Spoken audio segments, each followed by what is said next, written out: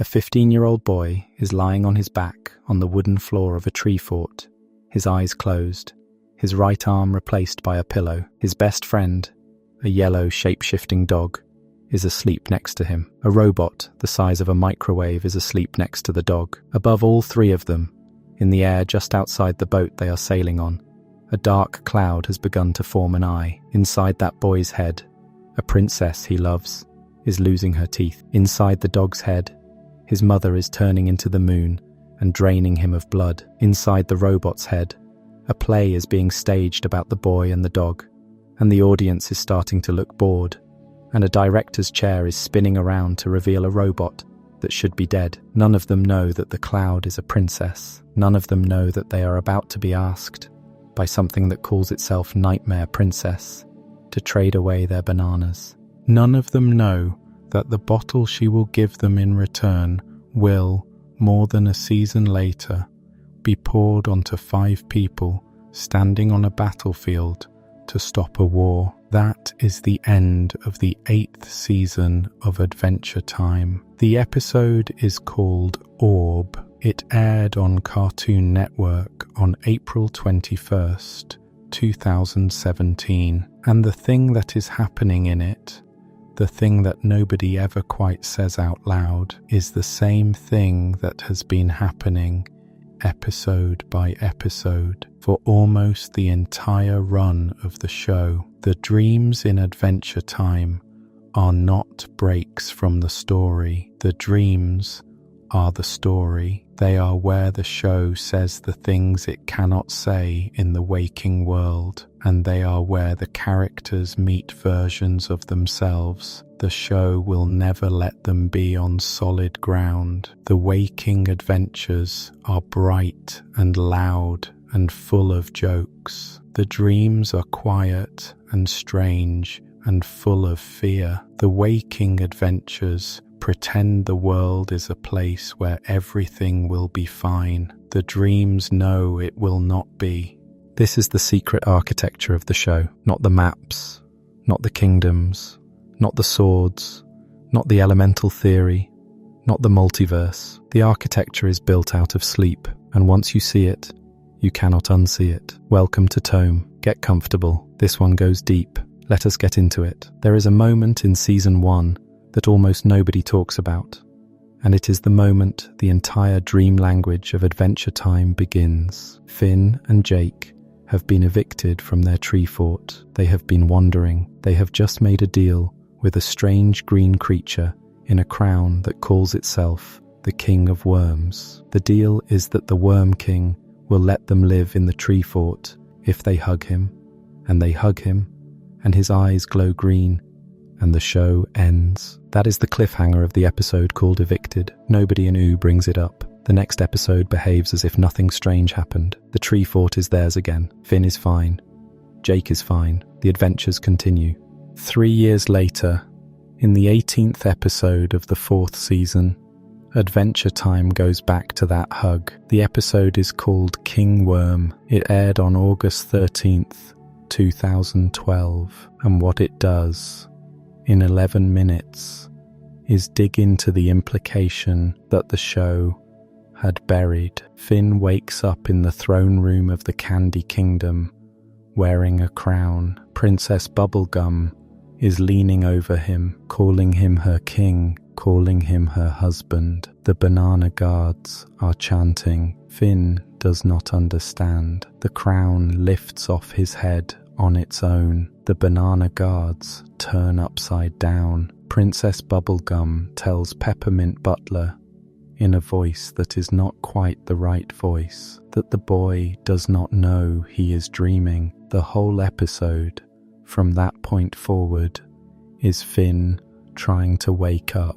He encounters a flame princess with 3 mouths. He encounters a Lady Rainicorn who is somehow not the right Lady Rainicorn. He encounters his alternate self in a mirror, a grim version with a metal arm, a pointed nose, larger eyes, a face that should not exist yet, but does because the storyboard artists working on King Worm had already seen the boards for The Lich, the season finale, where that version of Finn is born. He encounters the ghost girl from the episode called The Creeps. He encounters his deepest fears, which the king worm has been feeding on, draining him down, and the only way out, Peppermint Butler tells him, is to summon all of those fears at once and break the dream from the inside. He does. Finn, in the middle of his own nightmare, conjures every single thing that has ever frightened him, and the dream collapses, and the king worm dies, and Finn wakes up in his bed in the tree fort,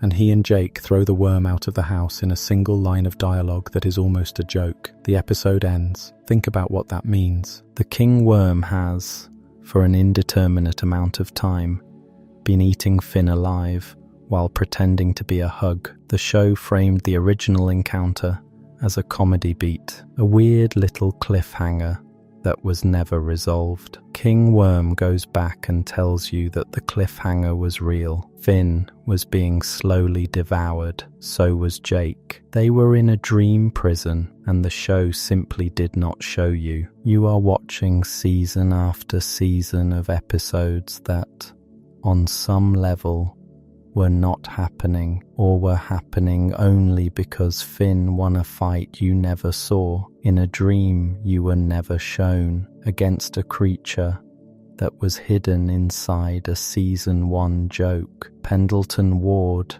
the show's creator, said in a DVD commentary that he did not want this implication to land too hard. He said, in essence, that he wanted the audience to know the real Finn was awake now, that the episodes between Evicted and King Worm had not all been a dream. Adam Muto, who took over as showrunner during season 5, said something similar, that there would not be much point in having the entire intervening run be unreal. The show wanted to leave the door cracked open and not push it any farther. But the door is cracked open, that is the point. In the language of Adventure Time, dreams are not safe, they are predatory. Something can enter them and feed on them. Something can use them to wear you down. The first dream the show ever takes seriously, the first dream it ever spends an entire episode inside, is a dream that is killing the protagonist. That is not a small thing. That is the show telling you, 4 seasons in, what it thinks dreams are. Dreams are the place where the threats you cannot see in daylight come for you. The waking world has the Lich and the Ice King and the eternal fire of the Fire Kingdom. The sleeping world has something worse. The sleeping world has the things you have not let yourself look at directly.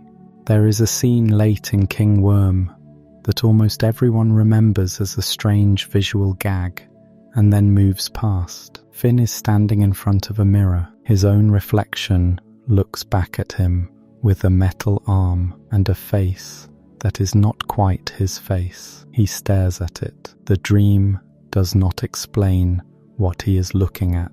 The show does not explain what he is looking at. The episode keeps moving, but what he is looking at, even though no character will ever say so, is his future. The boy in the mirror is the boy he becomes after escape from the Citadel, after his right arm is taken from him by his own father, after he grows the flower from the wound, after Princess Bubblegum builds him a robotic prosthetic. King Worm is showing him the man he is going to be 2 seasons before the show is ready to make him. The dream is showing Finn the future the waking world has not yet lived. There is a version of this show where that mirror is just a fun Easter egg for the storyboard team. There is also a version where it is something stranger. There is a version where Adventure Time is telling you, very quietly, that the dreams know more than the dreamers, that the unconscious sees what the conscious cannot, that every important thing in this show has already happened in someone's sleep before it ever happened on the ground. That is the version the rest of the series will, episode by episode, approve. Before we move on, if you are enjoying this analysis, please consider subscribing. It helps the channel tremendously. There is a scene in the 3rd season of Adventure Time where a yellow dog wakes up screaming in his bed. The dog has just had a dream about floating in space. He has just had a dream about a man in a yellow suit, a banana-shaped man who he has never met.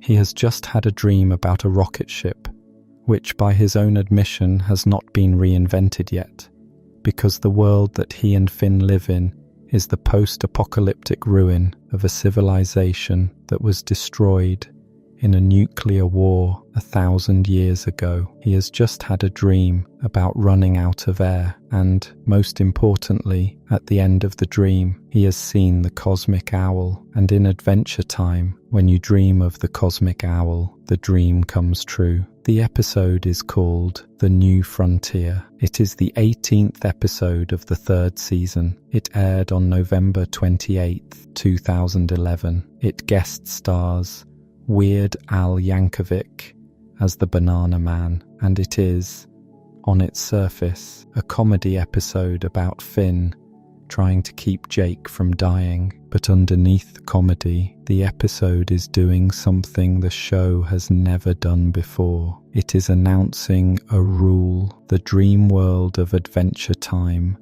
the episode tells you, has its own causality. There is a creature called the Cosmic Owl, and his presence in your dream means the dream is going to happen. There is a kind of dream called a croak dream, which means the dream you are having is the dream of your own death, and the laws of the world are such that you cannot avoid the croak dream. You can only delay it. Jake spends the episode being totally fine with this. That is the part of the new frontier that nobody quite says out loud. Jake has just dreamed about his own death, and his reaction is to go make an ice cream pizza. He is not in denial. He is not pretending. He has simply accepted, in a way Finn cannot, that this is how the world works. He talks calmly about his consciousness scattering across the earth when he dies. He talks calmly about being inside Finn's nose and inside Finn's socks. Finn, who is 13 years old, asks him to please stop. Jake does not stop. When the rocket ship from the dream actually appears in Banana Man's backyard, Jake climbs into it without hesitation. Finn tries to physically stop him. Finn is crying. Jake is calm. Jake says, in a line that the show plays mostly for comedy, but is not actually a joke, "Take care, brother." He says he is sorry that Finn was not by his side in the croak dream, but he is glad Finn is here now to see him off. The rocket fails to launch. There are not enough explosives, and the rocket crashes into the ground and breaks open a hole, and Finn and Jake and Banana Man fall into a pool of underground water that for one disorienting second looks like the empty space of the dream. Jake holds his breath. He is satisfied. The croak dream is happening. He has accepted it. And then Finn pulls him out. That is the resolution. Finn was never in the dream. Finn's presence is what breaks the loop. The croak dream cannot complete because the witness has changed. Jake says, with what looks almost like disappointment, that maybe the dream was not a real croak dream after all. Or maybe it was. Maybe it just got postponed. Maybe it was supposed to happen later, when Finn was not around. 3 seasons later, in an episode called The Comet, Banana Man's rocket is finally finished. Jake ends up in space. Banana Man ends up in space. They meet the way the dream said they would meet. Banana Man saves Jake's life. The croak dream has always been a croak dream, just not the one Jake thought. Death was never the prediction. Survival was. The cosmic owl was telling Jake, in his own coded way, that the day would come when a strange yellow man would pull him out of the dark. Jake, who watched his dream and only saw the part where he ran out of air, thought it was a story about dying. It was a story about being saved. That is one of the deepest things Adventure Time ever does with dreams. It tells you that the dreamer can be wrong about the dream. It tells you that the unconscious knows more than the conscious does and presents it in a form that the conscious will misread. Jake spent a season convinced he was going to die. He never was. The future was already saved. He just did not know how to read it. The show never has any character explicitly point this out. The show does not put Finn next to Jake and have Finn say something like, "All that worry was unnecessary. You were always going to make it." The show holds the 2 episodes a season and a half apart and trusts the audience to put them together. That is what the show does with its dream logic. It builds the architecture and lets you walk through it. There is a moment in season 4, in the episode called The Creeps, where Finn and his friends are trapped in a haunted mansion and a green-haired ghost girl moves through the walls. The episode plays as a comedic mystery. There is a fake murder. There is a host in a beak mask. There is a candle in a hallway that goes out. At the time, it looks like a one-off horror riff. The girl is just a haunting. She is just there to be scary. The episode ends with the reveal that the whole thing was a prank by Jake. And then there is a final scene, played for unease, where the green-haired girl appears in the kitchen and Finn does not seem to see her, and the show cuts away. The show does not explain. A season later, in the 34th episode of season 5, an episode called The Vault, which aired on September 16th, 2013, the show finally goes back. Finn has been sleepwalking. He has been having nightmares about the green-haired girl. Jake admits that this has been happening more than once. The show has never shown you any of those previous incidents. They have been happening off-screen, the way real bad dreams happen off-screen, the way a child's recurring night terrors happen at 3 in the morning when the camera is not on. BMO hypnotizes Finn to look into his past. Finn has past lives.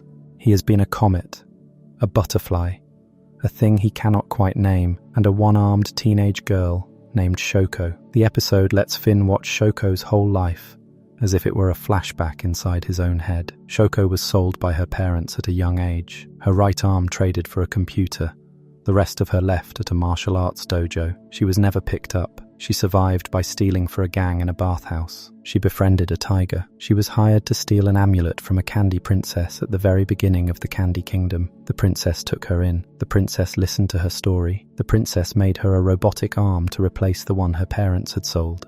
And Shoko, in a moment that is one of the most devastating beats the show ever lets itself land on, took the amulet anyway, because she had to.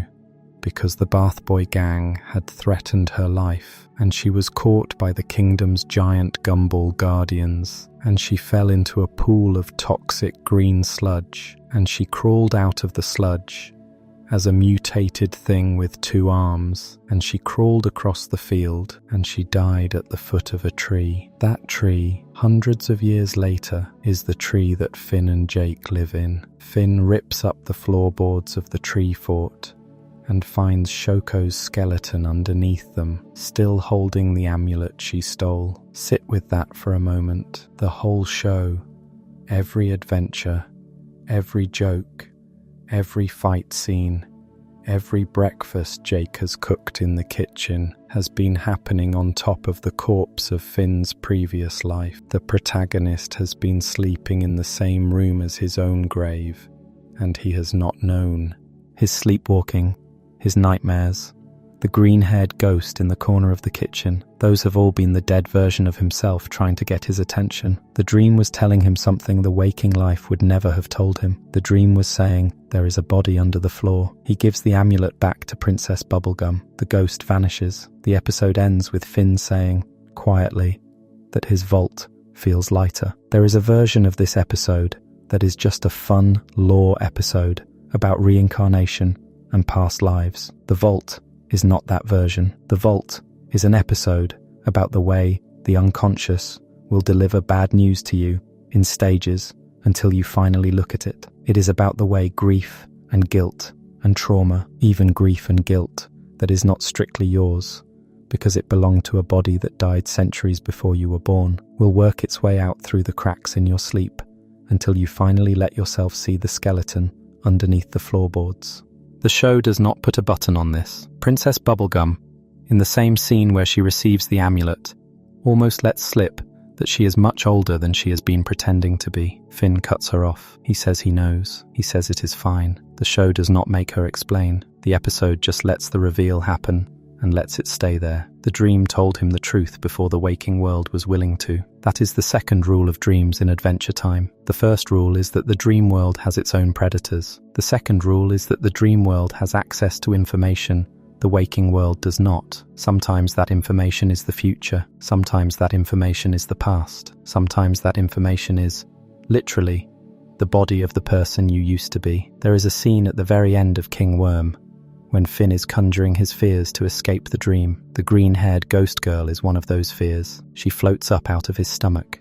The episode never identifies her. The show does not stop to explain who she is, or why she is one of the things he is most afraid of. She is just there, alongside the Lich and Princess Bubblegum, saying he is too young and the ocean and a flame. Princess Finn had not even met yet at the time the episode was written. By the time you get to the vault, 2 years later, you understand what King Worm was telling you. The girl in his nightmares was not a haunting. She was him. And the part of him that knew this, the part of him that had been carrying her around since long before the show began, could only get the message out through the cracks in his sleeping mind. The dream knew, the boy did not. Let that sit for a second. There is an episode called Puhoi that aired on April 8th, 2013. It is the 16th episode of the 5th season. It was written and storyboarded by Tom Herpich and Steve Wolfhard, from a story credited to Pendleton Ward, Patrick McHale, and Kent Osborne. The story, according to Osborne, was developed by passing the script around between writers, each of them adding to the previous person's pages without seeing what came before. The episode that resulted is one of the strangest things on American television. Finn is dating a girl made of fire. Her name is Flame Princess. The relationship is going badly because he made a joke, and she did not laugh at it. He has decided this means the relationship is over. There is a knife storm raging outside the tree fort, so Jake builds a giant pillow fort to keep them busy. Finn climbs inside the pillow fort to be alone. He goes through a small red door inside the fort. He emerges in a world made entirely of pillows. The pillows are people. The mountains are quilts. The sky is one enormous bedsheet with a cloud pattern. There is a pillow village that is being terrorized by a blanket dragon. Finn defeats the blanket dragon. The pillow village has a celebration in his honor.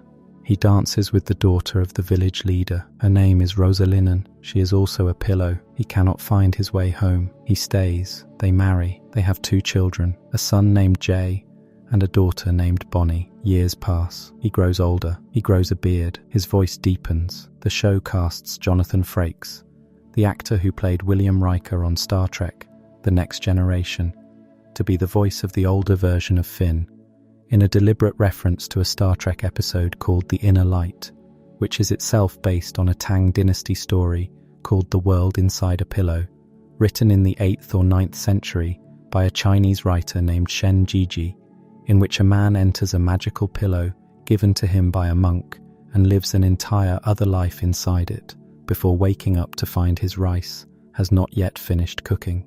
Adventure Time has casually inserted itself into a literary tradition that is more than 1,000 years old and made it about a 13-year-old's first relationship. The years keep going. Finn is told by an oracle that the door back to his original world will appear from time to time. He is told he will not stay long. He chooses to stay anyway. He cannot bring himself to go. He has built a life. He has built a family. His children have grown up and had children of their own. He is an old man. He is dying. He dies surrounded by his pillow family. His soul flies through a black void as a naked, bearded, ancient version of himself. He bounces off something the show only briefly identifies: a mouth, a tongue, an entity called Golb, who will not be named for several more seasons, but is appearing here for the first time in the show's history. He emerges out of the top of the pillow fort as a child again. He climbs down. Jake asks him if he had a weird dream. Finn starts to say something. The phone rings. It is Flame Princess. She says she finally got the joke he made earlier. He hangs up. He has forgotten everything. That is the ending of the episode.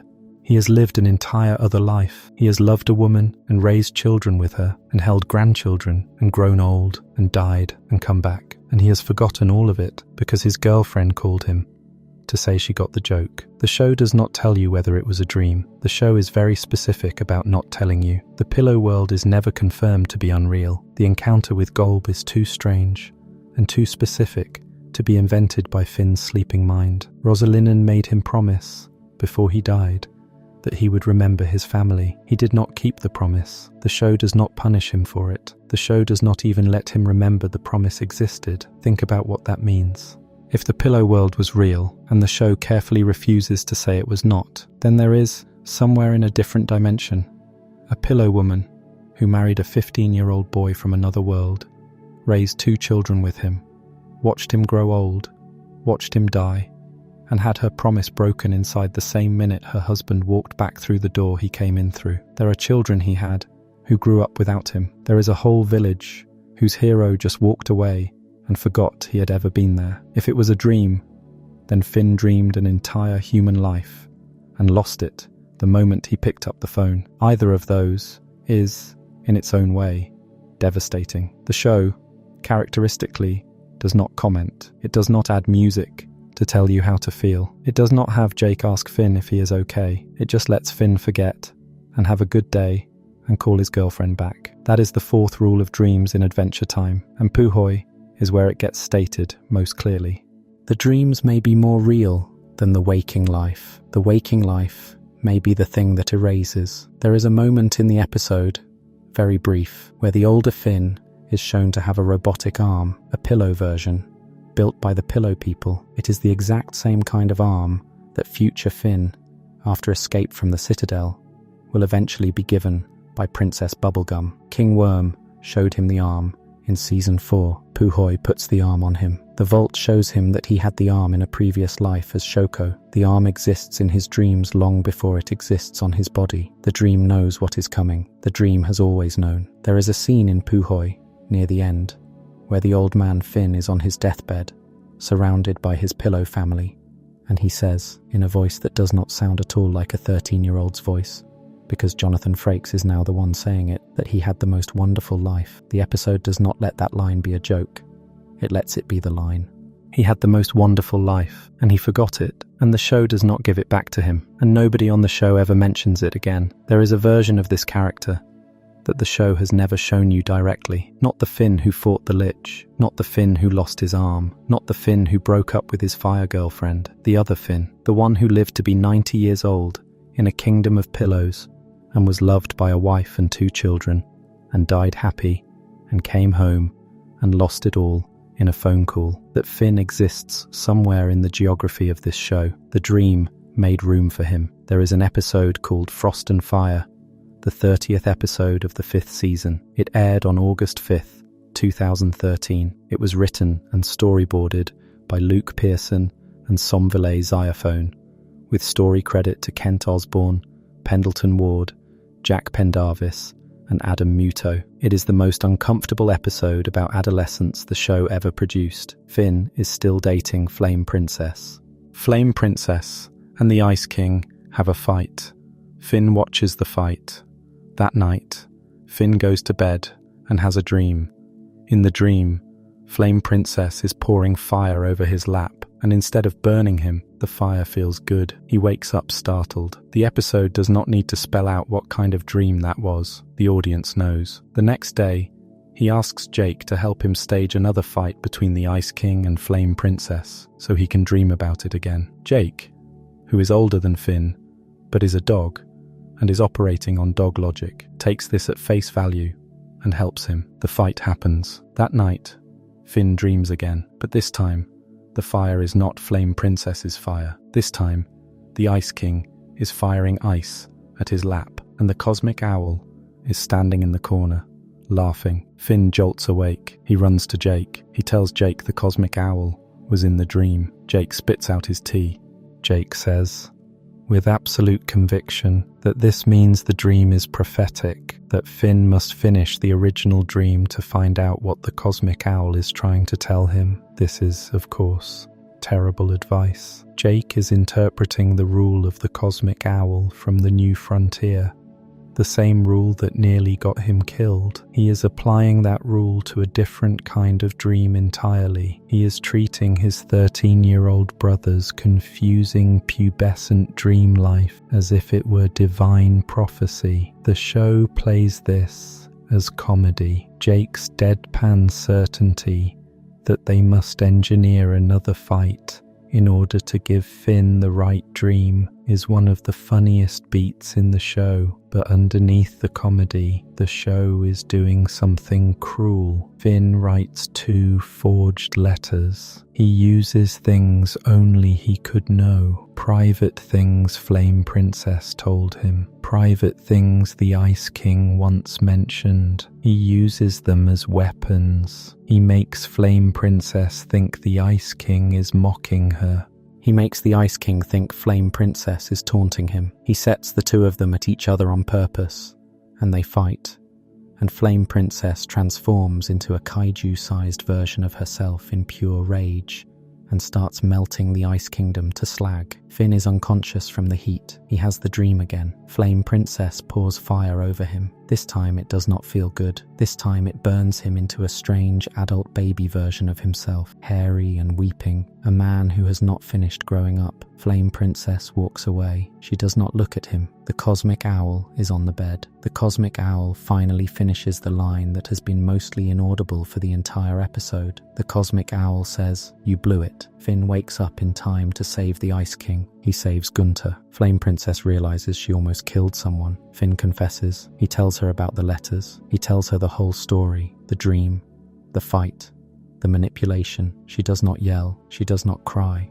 She tells him, in the calmest voice she ever uses, that the letter contained things only he would know about her, personal things, things she had told him in trust, and he had used them. She breaks up with him. She walks away. The Ice King, watching her go, says one of the simplest and most devastating lines in the entire series. He says, "You blew it, man." There is a version of this episode where the Cosmic Owl is wrong.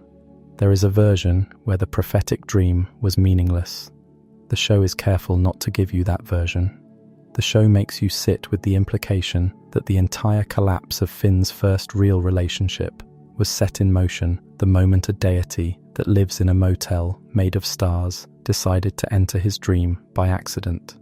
The Cosmic Owl, in this universe, is not a metaphor. The Cosmic Owl is a being whose simple presence in your dream means the dream will come true, regardless of whether you, the dreamer, want it to. Finn was going to lose Flame Princess.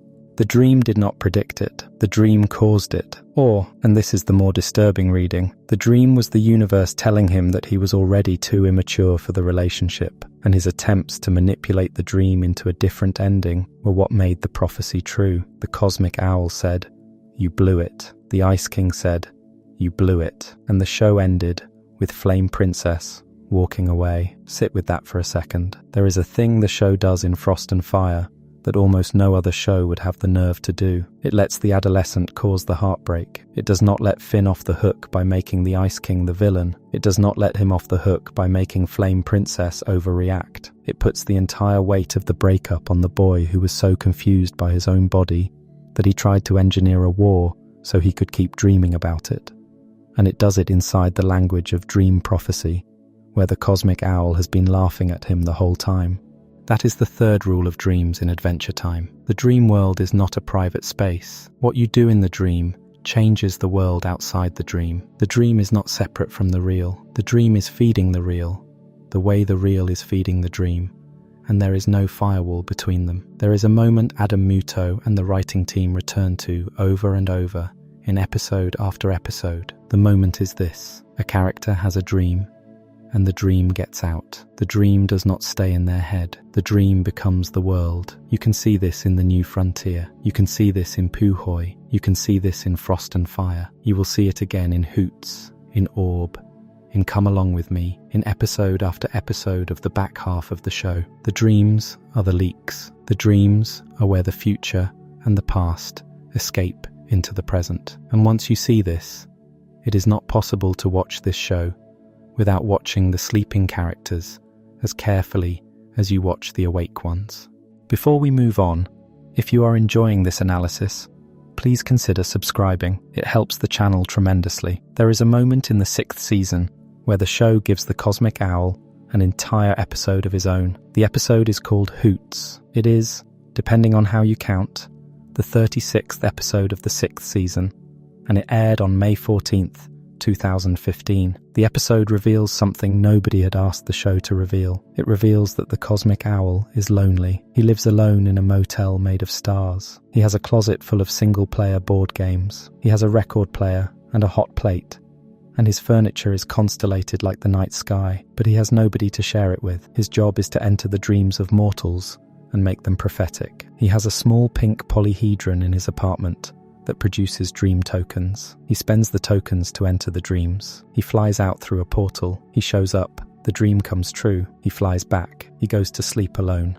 In Hoots, he sees a beautiful bird woman in one of Finn's dreams. He becomes infatuated with her. He neglects his duties to chase her. He follows her into Princess Bubblegum's dream, and she, the bird woman, pulls a ribbon of black smoke out of her own beak and corrupts the dream into a nightmare. She turns Princess Bubblegum's dream into a dream of the Candy Kingdom turning against her, of the citizens she has cared for, choosing somebody else over her. The Cosmic Owl, standing right there, makes that dream prophetic. He cannot help it. His presence is the thing that makes dreams real. He has just made it real that the Candy Kingdom will turn on its princess. He is horrified. He breaks off the relationship. He goes home to his motel. The bird woman, when she wakes up, turns out to be Gunter the penguin, the most evil being in the universe, declared so by Marceline's father in Season 2, is, in dreams, a beautiful woman the Lord of Dream Prophecy fell in love with for an afternoon. The episode does several things at once. It deepens the lore of dreams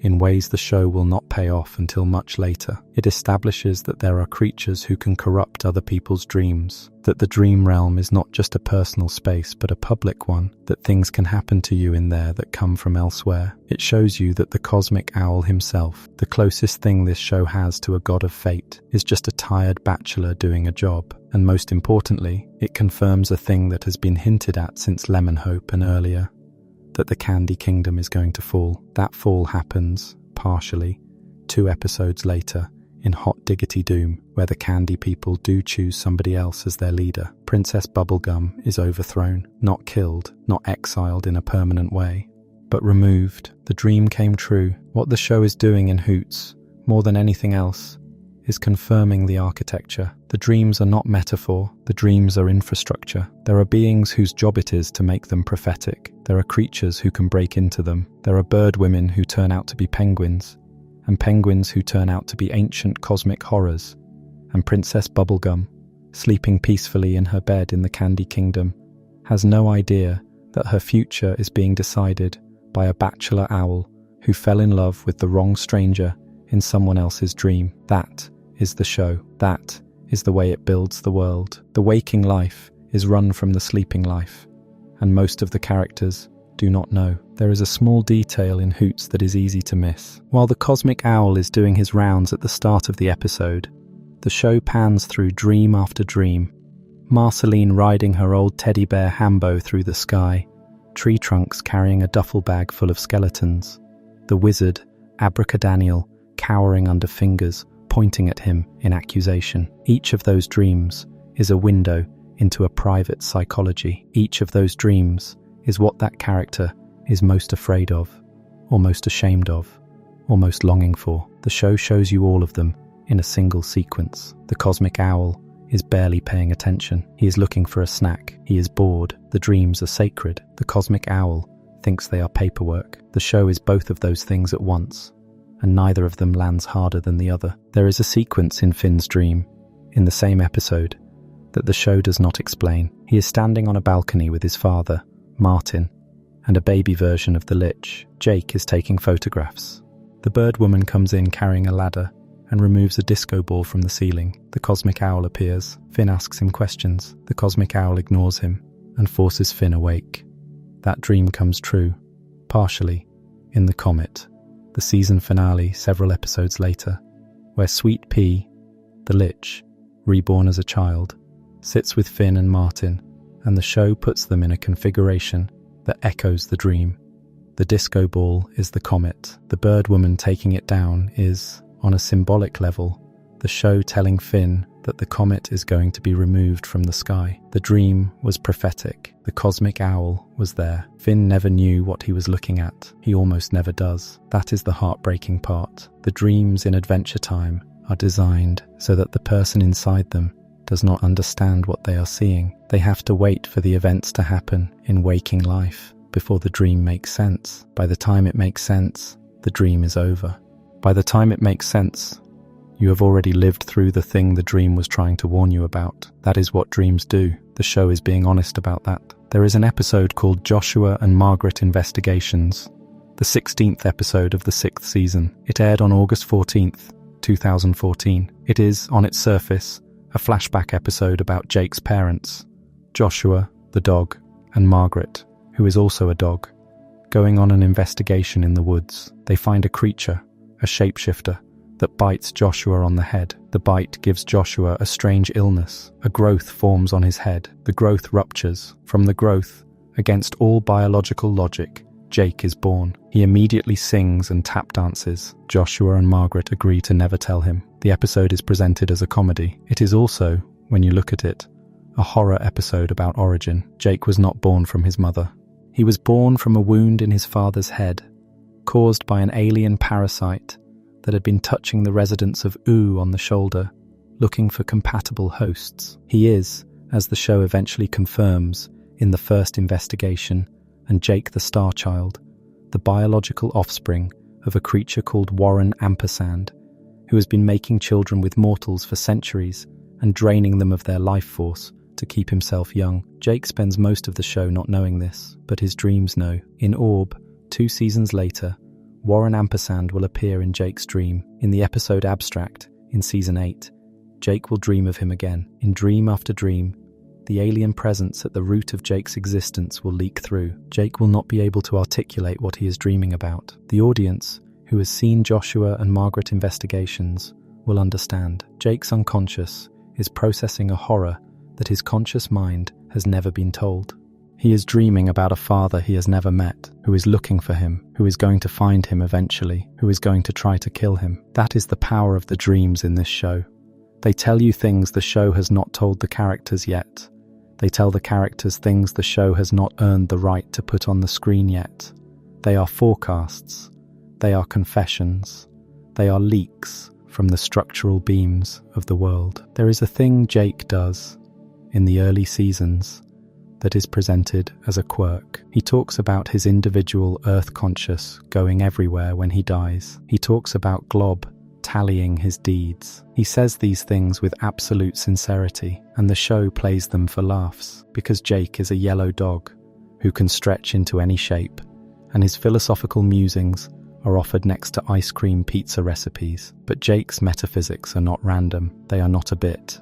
They are him processing, in his own gentle way, the fact that he is something more than a dog. He has dream knowledge of his own nature that his waking knowledge has never caught up to. He is, in his bones, an alien, a hybrid, a creature whose father is a multiversal predator, and he handles this by being calm about death and making a lot of jokes and accepting the croak dream when it seems to come for him. The show is gentle with Jake. It does not force him to confront his origin in the main run. It gives him a long and happy life. It lets him have children, lets him be a father, lets him grow old. It saves the meeting with Warren Ampersand for a Distant Lands special after the main series is over, when Jake is older and more ready. But the dreams know all along. The dreams have always known. From Kingworm onward, when something feeds on you in your sleep, the show is telling you there is something you are not letting yourself look at. Jake's something is a father. Finn's something is a previous life. The cosmic owl's something is loneliness. Princess Bubblegum's something is the kingdom turning on her. Each of them gets shown the thing in their dreams long before they have to face it on the ground. There is a moment near the end of Joshua and Margaret Investigations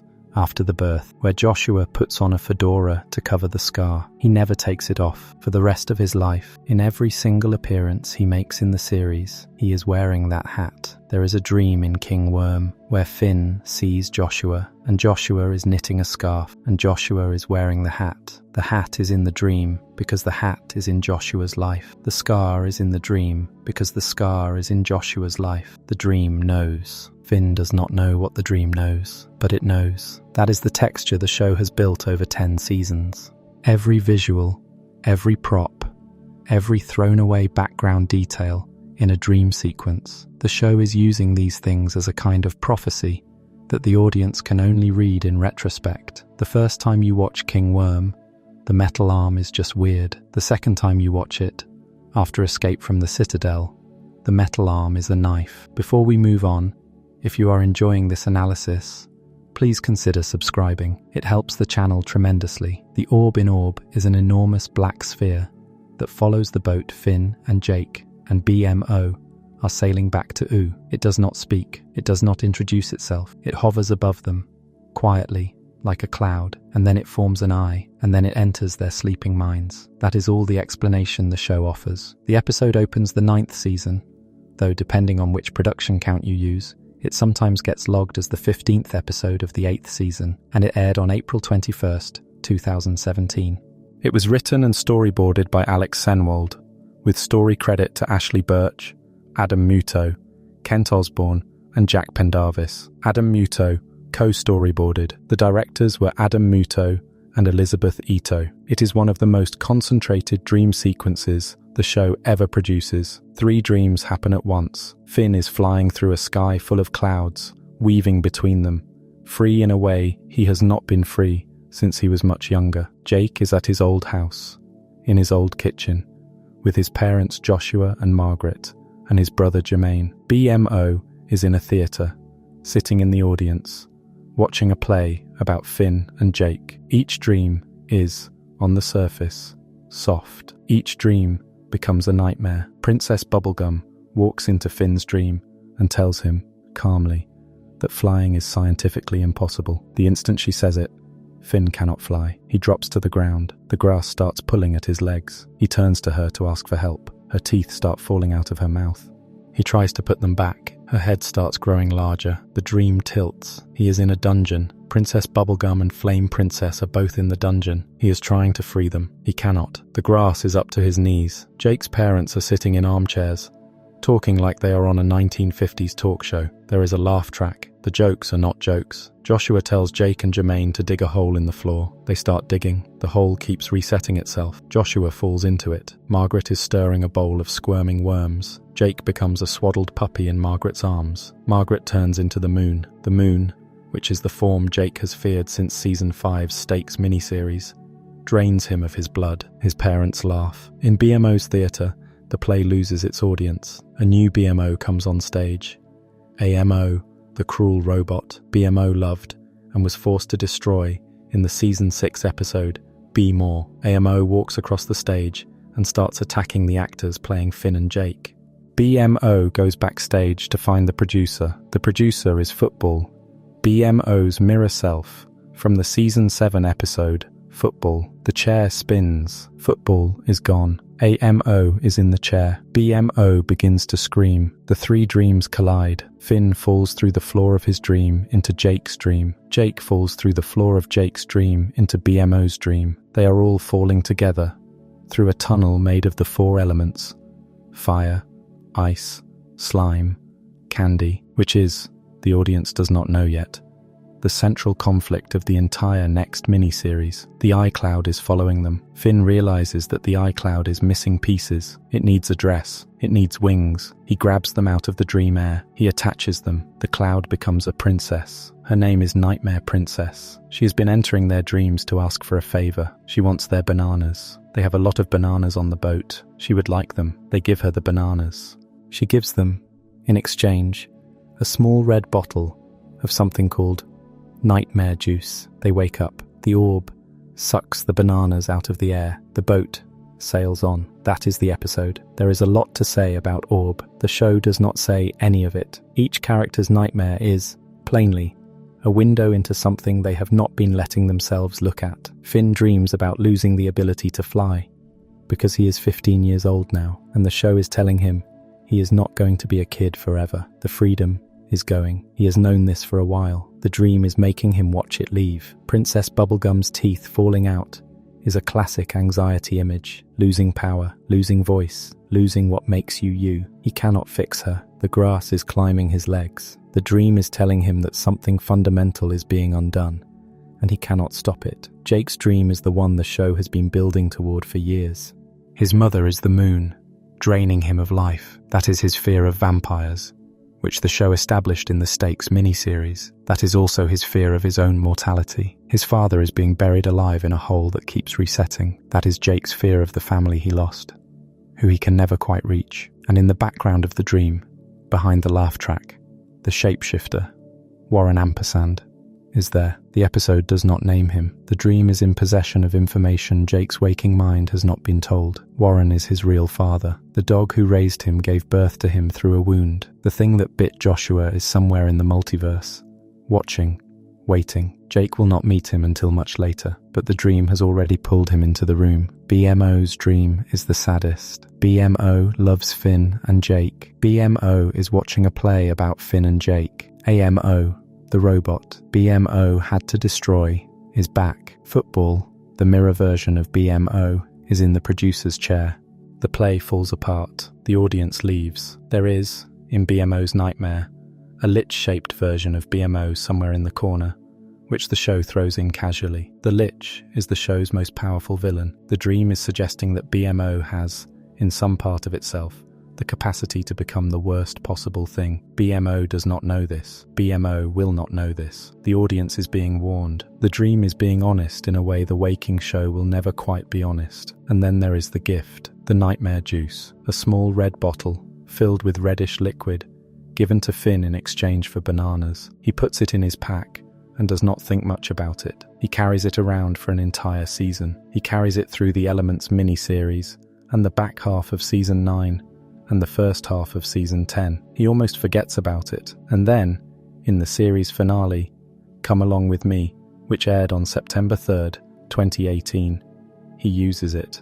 He pours it on himself, on Jake, on Princess Bubblegum, on her great-uncle Gumbald, and on Fern, his grass doppelganger. The five of them collapse into shared sleep. They are about to fight a war. The Candy Kingdom and Gumbaldia are about to meet on a battlefield, with an army on each side. The nightmare juice puts them under instead. They wake up in a dream. They face each other in the dream. Princess Bubblegum and Gumbald hash out, in nightmare logic, the trauma of what they did to each other. Bubblegum once turned her uncle into a sweet little candy person called Punch Bowl, using a substance called Dum Dum Juice, because she was afraid he would take her kingdom from her. Gumbald has been, ever since he was reverted, hating her for it. They yell at each other in the dream. They scream. They cry. The cosmic owl flies overhead, briefly, as a singing poodle woman in disguise. He is making the dream prophetic. That detail is everything. The cosmic owl is in the dream.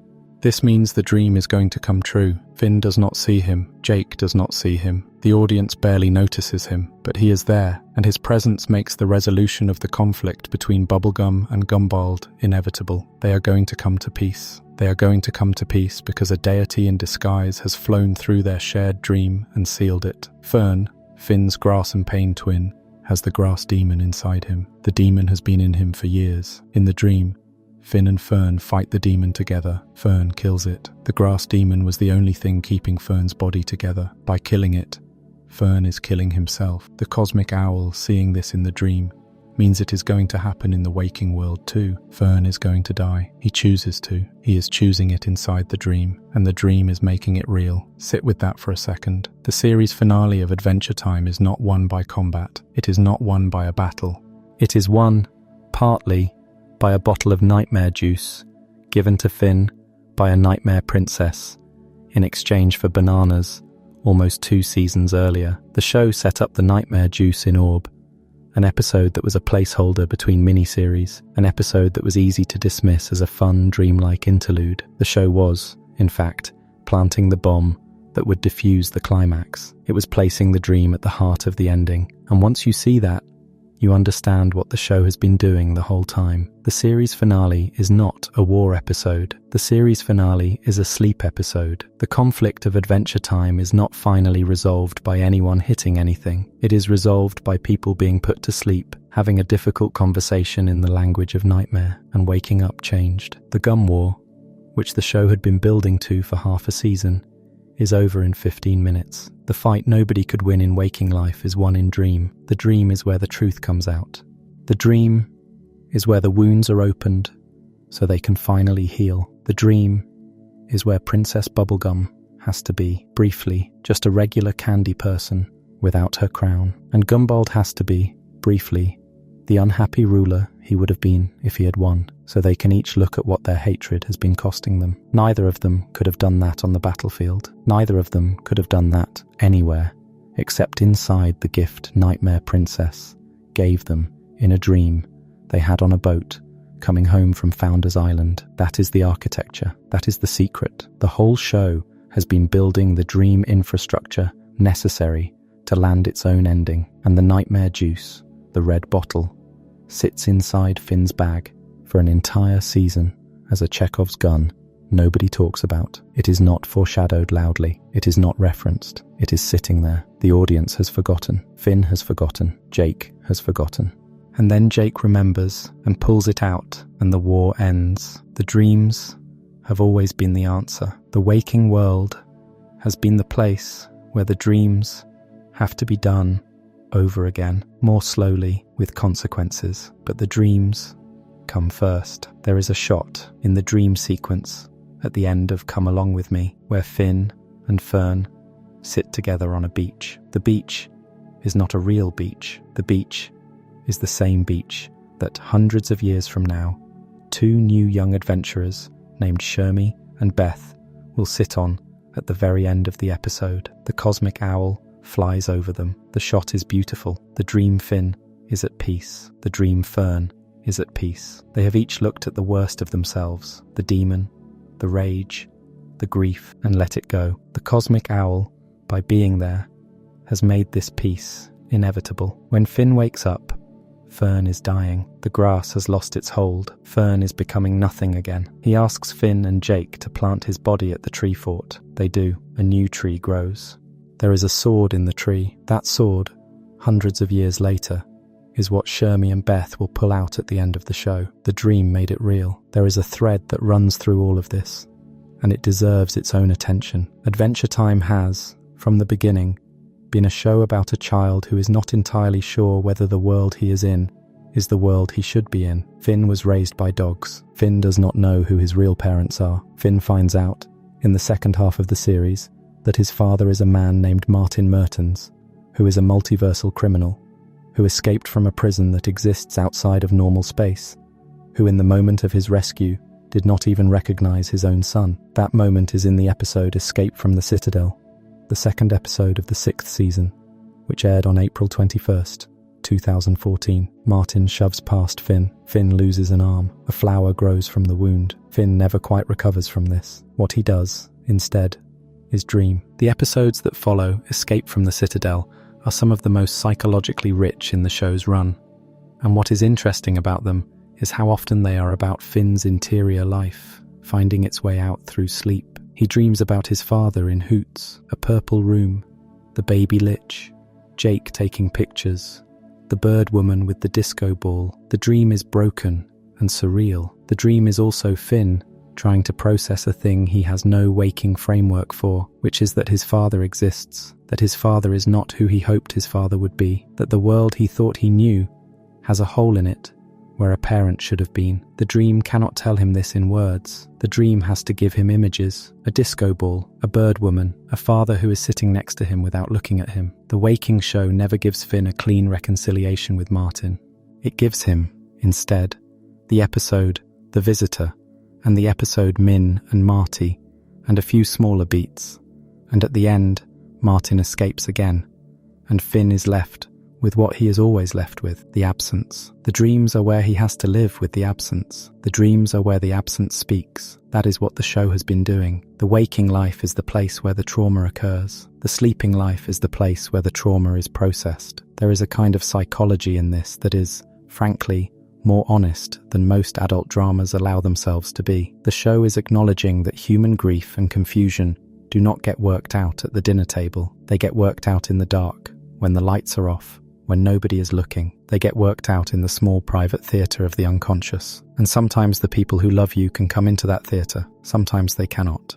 Sometimes the things you cannot say out loud can only be said by a green-haired ghost from a previous life, or a moon that used to be your mother, or a singing poodle woman who is actually a deity in disguise. There is a moment that I think about a lot. It is in the vault. Finn has just shown Princess Bubblegum the skeleton under the floor of the tree fort. He hands her the amulet that Shoko stole from her hundreds of years ago. He says, in a voice that is not really triumphant, that his vault feels lighter. The vault, in the language of the episode, is the place where Finn has been keeping the things he could not deal with. He has been putting them in the vault. He has been locking the door. The vault is what happens when the locked door starts leaking. There is an episode much later, in Season 10, called Always BMO Closing, where Princess Bubblegum's great-uncle Gumbald, disguised, visits Finn at the tree fort and pulls out one of his teeth.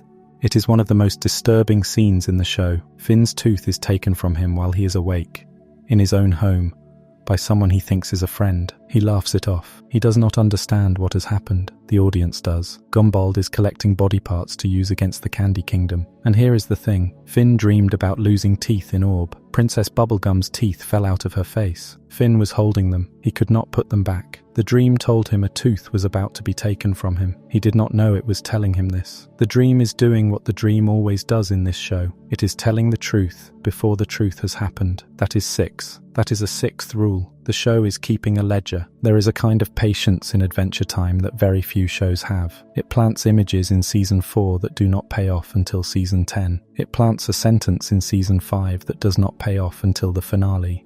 It plants a bottle of red liquid in a dream sequence in Season 8 and waits 2 years before the bottle is opened. The show is operating on the timescale of an actual life. Things take time. Truths take time. The dreams know first. The waking world catches up later. By the time the audience puts together that the disco ball in Hoots was the comet has already passed through. By the time the audience puts together that the metal arm in King Worm was the metal arm in Escape from the Citadel, Finn has already lost the arm. The dreams are always ahead. The waking world is always running to catch up. That is one of the reasons the show feels, in its deepest moments, like memory rather than narrative. It is not telling you a story. It is showing you the way a life remembers itself, the way a dream from years ago turns out, in retrospect, to have been about something you are only now beginning to understand. The way a face in a mirror at age 4 turns out to have been your face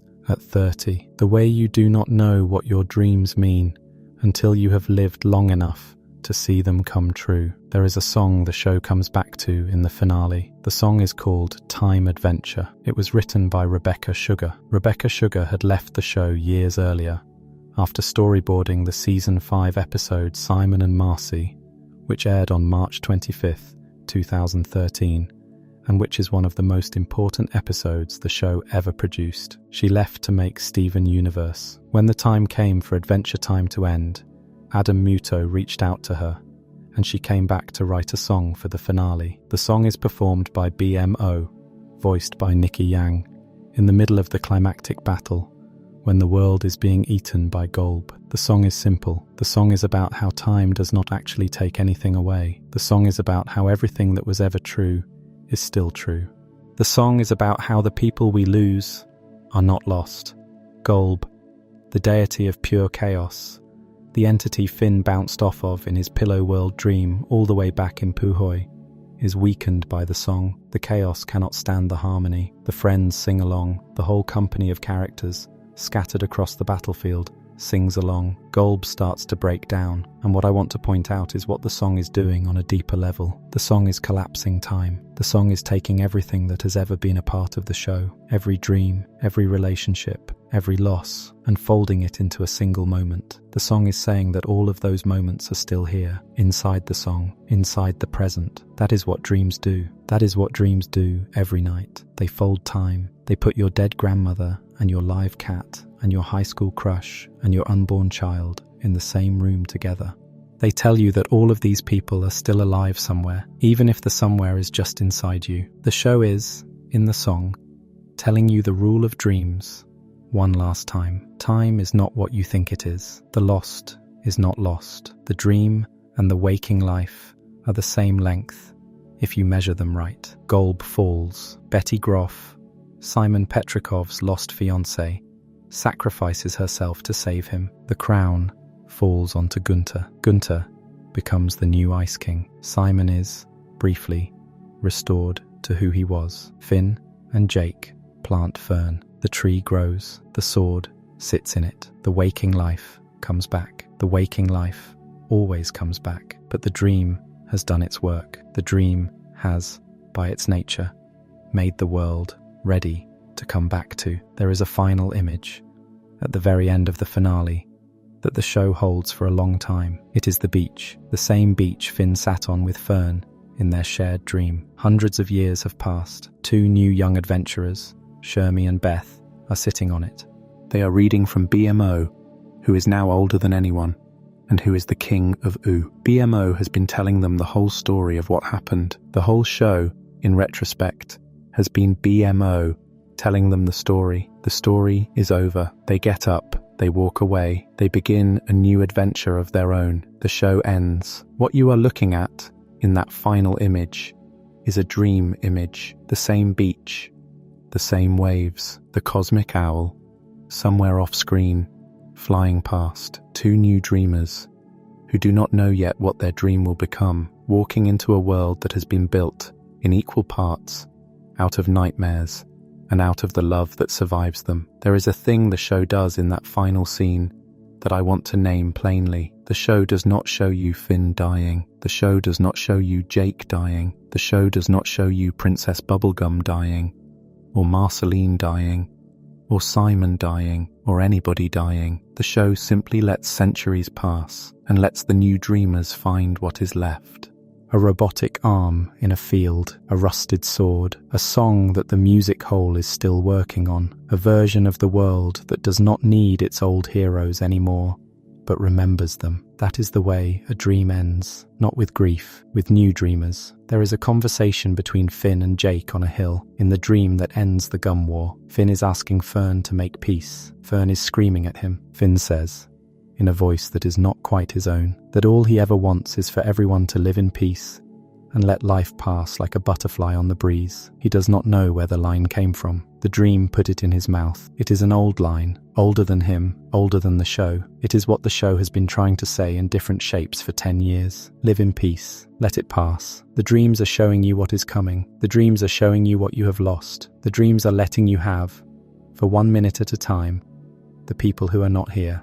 That is what the dreams have been for. If you have been listening this whole way, you may have noticed a pattern in the rules. The show has been building one law of sleep per major dream episode and stacking them. Dreams have predators, King Worm. Dreams have causality, the new frontier. Dreams have access to the past, the vault. Dreams have access to the future, Hoots. Dreams are not separate from the waking world, Frost and Fire. Dreams are public infrastructure that other people can enter, Hoots. Orb. Dreams are gifts that can be saved for later, Orb. Come along with me. Dreams are how a world ends and a new world begins.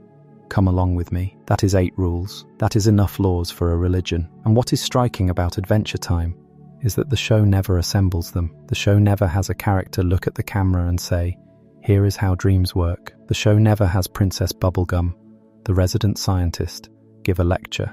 The show simply keeps building the architecture, one episode at a time, one image at a time, and trusts the audience to feel the shape of it. That is a respect for the audience that almost no other show extends. That is a willingness to be unsaid, to be implicit, to let something be true without making it explicit. That is, in its way, the most adult thing the show ever does. It treats the dreams the way a wise therapist treats a dream, not as something to be decoded once and then closed, but as something to be returned to be sat with, to be allowed to mean different things at different moments of a life. There is a scene in The Vault where Finn, before going under hypnosis, tells BMO and Jake about his vault. He says he has been putting things in there for years. He says he does not look at the things. He says the vault has a door, and the door is locked. He says, almost casually, that he thinks the door has been opening on its own at night, while he sleeps. The image of the door opening at night, while you sleep, is the image that organizes everything I have been saying. The show is about the door that opens at night. It is about the things that come out when the conscious mind is not standing guard. It is about the green-haired girl at the foot of the bed, the moon that turns into your mother, the alien father lurking behind the laugh track, the disco ball that turns out to be the comet, the metal arm that turns out to be your own arm, the bottle of red liquid that turns out to be the only way to end a war. There is a moment in the Distant Lands episode Together Again, which aired on HBO Max in 2021, where Finn dies, and his soul ends up in the Dead Worlds, and he meets a kindly fox figure who tells him he has the ability to shapeshift into any of his past lives. He turns, briefly, into Shoko. He has her body, he has her one arm. He stands there as her, in the afterlife, having grown up enough to wear her like a borrowed coat. The girl whose ghost terrified him in the creeps, and whose skeleton was under his floor in the vault, is now him. He is her. He has earned her. The dream came true, the way the slowest dreams come true, across the entire arc of a life. The show, in the long view, is teaching its audience how to live with their own dreams. It is teaching them that the things they dream are not random and not cruel. They are the truths their waking minds have not been ready to hear yet. They are the people who are gone, telling them they are not actually gone. They are the people who are coming, asking them to be ready. They are the body under the floorboards, asking to be released. They are the arm in the mirror, the disco ball in the corner of a purple room, the bird woman taking down the sky. There is a reason this show, more than almost any of its peers, has stayed with the people who watched it. Adventure Time aired on Cartoon Network from April 5th, 2010 to September 3rd, 2018, 10 seasons. 283 episodes if you count Come Along With Me as the 4 it technically is. 280 if you treat the finale as the single 44-minute episode it is. 8 years on the air. Children who started watching at 6 were 14 by the time it ended. They grew up with it. They had bedrooms decorated with Finn and Jake. They had t-shirts. They had parents who did not understand why they cared so much. They had quiet years where the show was their friend, and they came out, at the end of the show, having been taught, without ever being told, that their dreams were a place where their truer selves were keeping the records, and that the records would, in time, become real. The show, in the language of dreams, raised them. There is a final thing I want to point at, and then I will let you sleep.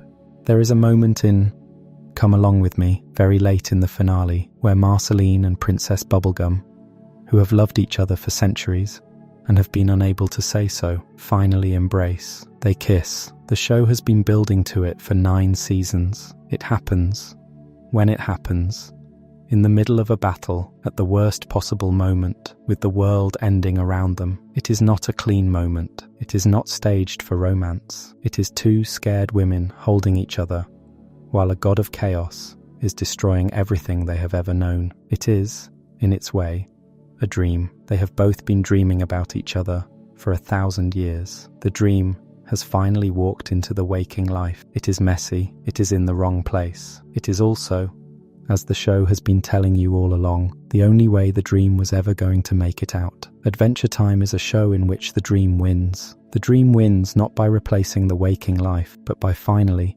after long enough, being allowed to enter it. The dream wins by being said out loud, by being carried in a bottle for a season and a half, until the moment is right, by being planted as a seed in the ground at the foot of a tree where someone, hundreds of years later, will pull a sword out of it. That is what the dreams have been for. They have been waiting. There is a line that BMO sings at the very end of Time Adventure, the song Rebecca Sugar wrote and came back to write. The line is about how the people we have loved are still here, even when they are gone. The line is sung simply in a small robot's voice against a backdrop of cosmic horror, and the line works. The horror lifts, the chaos stops, because the truth of the dream, the truth that has been sitting underneath the show since the worm first tried to eat Finn alive in his sleep in season 4, is that nothing is ever quite gone. The dreams keep them. The dreams give them back, eventually, in the only way the waking world is willing to receive them. There is a piece of information about the structure of the Adventure Time multiverse that the show drops casually, in the middle of an unrelated episode, and never quite raises its voice about, even though it is the largest dream-related fact the show ever tells you. The piece of information is this: the center of the multiverse, the room that exists outside of time, the place where every wish is granted and every reality is generated, is being held together by a sleeping man. The episode where this is confirmed is called Wake Up. It is the first episode of the 6th season. It aired on April 21st, 2014, in a 1-hour block paired with Escape from the Citadel, the same Escape from the Citadel where Finn loses his arm. Prismo, the pink, two-dimensional wish granter who lives in the time room, who the show introduced in Season 4's The Lich and developed in the Season 5 premiere, Finn the Human and Jake the Dog, turns out not to be the entity Finn and Jake have been dealing with at all. Prismo is a dream. There is an old man in a hut just outside the time room. The old man has been asleep for an unknown amount of time. The man's sleeping mind is dreaming Prismo, the way a person on a couch dreams a face. As long as the old man sleeps, Prismo exists. If the old man wakes up, Prismo is gone. Sit with that for a second. The wish granter at the center of all known dimensions, the being who controls the rules of fate inside the show, the figure who has more power than almost anyone the audience has ever seen, is not actually a being. He is a thought somebody is having. His existence is the same kind of existence a face in a dream has. He is held together by the breathing of a stranger. The Lich, in Wake Up, kills the old man. He breathes on him. He turns him to ash. Prismo, who is in the time room at that exact moment talking with Finn and Jake, dies on the spot, mid-sentence, because the body that was dreaming him is no longer breathing. There is a moment of horror that the show plays absolutely straight. Jake screams. Finn cannot move. The pink shape on the wall, the friend, the cosmic guardian, simply is not there anymore. His existence depended on an old stranger sleeping in a hut, and the old stranger has stopped sleeping, so he is gone. Think about what that does to the architecture of the show. If Prismo is a dream, then every wish the show has ever granted, including Finn's wish that the Lich never existed, including the entire Farmworld timeline that has now been a permanent fixture of the multiverse, was granted by a dream. Farmworld was created by a dream. The alternate Finn, who became the Ice Finn and unleashed the Lich Jake in his version of reality, who is still out there, who is still alive, who Fiona and Cake will eventually meet. That whole alternate world exists because somebody in their sleep made it. The line between the dreamed and the real in this show is not that the real comes first. The line in this show is that the dream is doing the work. The waking world is the consequence. The dream is the cause. That is a sentence that almost no other show, animated or otherwise, would let itself put down on the table. It is the sentence at the bottom of every episode I have been talking about for the last hour. King Worm is doing it. The New Frontier is doing it. The Vault is doing it. Puhoi is doing it. Frost and Fire is doing it. Hoots is doing it. Orb is doing it. Come Along With Me is doing it. And then, in Season 6, the show finally just says the quiet part out loud in the form of a hut on an island in the middle of nothing, where an old man with a long beard is curled up under a thin blanket, dreaming a pink shape that runs the universe. There is a kind of metaphysics at work here that the show is deeply serious about. The episode is That You, which aired on June 4th, 2015, The 12th episode of the 6th season is the episode where Prismo comes back from the dead. He comes back through a process the audience will not easily understand, because the show will not stop to explain it in linear order. Finn and Jake perform a ritual in honor of Prismo by eating his last jar of pickles. Jake falls asleep. Jake's dreaming consciousness moves backward through time. A previous version of Jake, a Jake from earlier in the timeline, is somehow shifted into the role of the old sleeping man. The dreaming Jake becomes the dreamer of Prismo. Prismo wakes up, by which I mean Prismo comes back into being, because somebody else's sleep is now hosting him. The old Jake is, from then on, the man in the hut, the man on the couch, the man whose breathing keeps the wish granter alive. Adventure Time has just told you that one of its main characters is, in some part of the multiverse, the dream engine of the entire setting. Jake, the yellow dog, the comedian, the brother, is also, in a different layer of the same story, the sleeping body, whose unconscious is generating the cosmos. The show does not return to this. It does not bring it up again in any sustained way. It tells you, gives you a moment to register it, and moves on. There is a version of Adventure Time in which this revelation would be the climax of the entire series. There is a version in which it would be a 6-episode arc. There is a version in which every character would at some point sit down and process it. The version of the show that actually exists treats it the way it treats all of its dream revelations, as a quiet, off-handed truth that is too large for any one episode to bear, and so is allowed to live in the space between episodes, in the audience's slowly building understanding of what kind of world this has been all along. The world has been a dream world, not metaphorically, operationally. The center of the multiverse runs on sleep. There is a moment in The Lich, the season 4 finale, that I want to stop and look at, because once you understand what Prismo is, the episode reads differently. The Lich, the actual finale, aired on October 22nd, 2012. It is the 26th episode of the 4th season. It opens on a dream. Finn is having a nightmare. The cosmic owl is screaming. Billy, the great hero of Ooh, is kissing a woman. The bear from In Your Footsteps is reading the Enchiridion.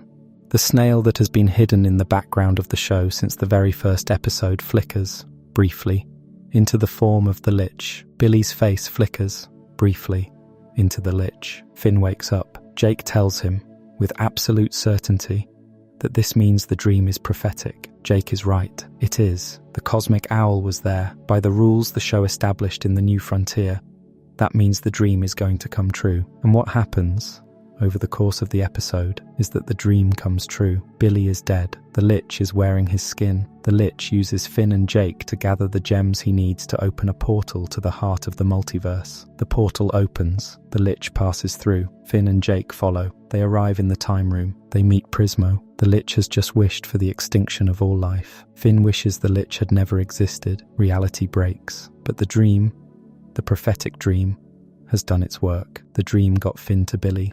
The dream got Finn to the Enchiridion. The dream got Finn to the moment of his most consequential wish. Without the dream, none of it happens. The show is, in its own quiet way, telling you that the entire series' central plot was set in motion by a nightmare. The Lich wanted Finn to dream it. The Lich was using Finn's sleep as a weapon, and it worked, in the sense that everything the Lich wanted to happen, getting to the time room, getting his wish, did happen. It also, eventually, did not work, because Finn was there to make a counter-wish. But the engine of the whole Apocalypse tier event was a dream that contained the truth in coded form, which the dreamer could not read until he was already in the middle of the consequences. That is, again, the third rule of dreams in this show. What you do in the dream changes the world outside the dream. The dream and the world are the same length. They are running on parallel tracks, and the trains stop at all the same stations.